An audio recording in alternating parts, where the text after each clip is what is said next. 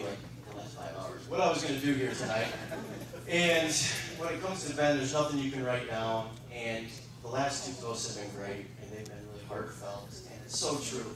But what we forgot over the course of today and last night with a lot of speeches about how great they are together, there's a couple things that people need to know about Ben and Megan. And when it comes to Ben and Megan, I was really surprised, A, that they ever let me be here tonight, and B, give a speech. For those of you who know me, I might have a reputation, Christy, don't believe anything. I may have a reputation of going above and beyond the appropriate quote-unquote line. So Ben wrote me a speech, but I'm not going to say it, so here's your money back. And we just need to talk a little bit, and I know everyone's hungry, but we need to talk a little bit about the journey that I've been on with you two. I've known Ben since our freshman year of college when he transferred in from Michigan State. I first met Ben and thought, who's this Abercrombie model? Big earrings, shaggy hair, and looked like he got slapped in the face by Abercrombie and Fitch.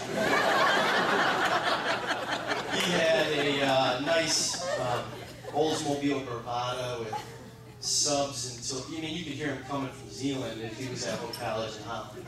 But what I know about Ben is he's always been an image guy. You know, Ben is an image guy at heart. He's got the solid look, the good style, the Rico Suave smile. He's got it all going, which is why I'm probably his friend. It was like a shark-leech kind of relationship where, like, yeah, maybe he attracted some girls that would help me out, but yeah, me being next to him probably made him look even more attractive than I was. So that was always good. So we had a good relationship. The best way I can describe Ben and I together is probably as exes. Because how many friends buy a house together and have a joint bank account? Not many can say that. But Ben and I lived that for 2 or 3 years even after college, so we go way back. But being that he's an image guy, I chose a few stories that maybe I shouldn't tell, because for the rest of his life, he's going to have the image of him and Megan, and they're going to be so happy, I know that. But there's a couple of things about Ben that everyone needs to know. The first thing is that you should never let him eat French fries. When it comes to French fries, Ben has some intestinal issues. In fact, one of my favorite stories about Ben, and when I was asked to give this speech, I was kind of last minute because they thought, you know, probably Brett and Jeremy have known him a little bit longer and would do a better job, but they both said, Sandy, you're going to be way more entertaining. Most likely because they knew I would go over the line. So, when it comes to Ben, one of my favorite stories in the world about our friendship is we were in Grand Haven, and Gene, you might want to earmuff this because he may have lied to you.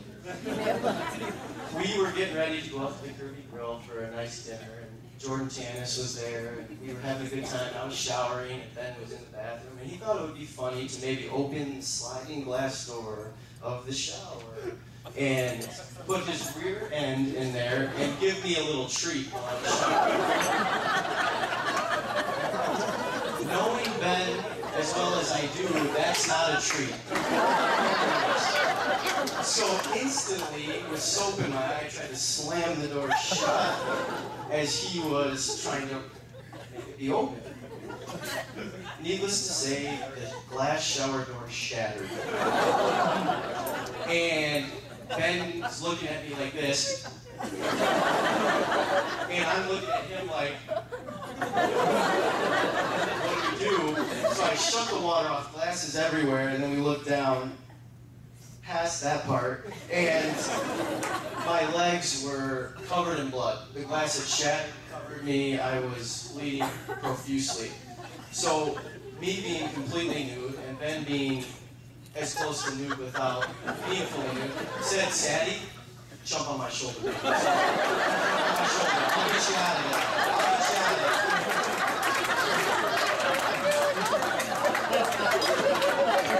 I had to think for a minute, would I rather stand in the pool of blood and it hurts, or jump on my best friend's shoulder completely like I was? There was just a quick thought, and I jumped.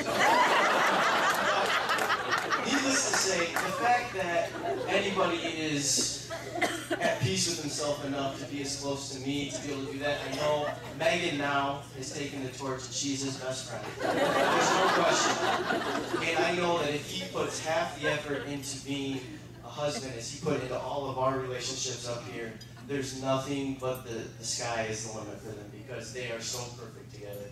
And they really are. And I mean that from the bottom of my heart. Through the roller coaster rides that we've had through college, the one constant in both of their lives were each other.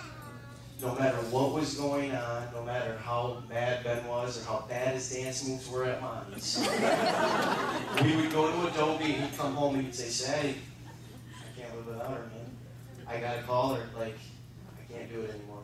Until they got back together, and Megan, you're welcome. Because you're welcome.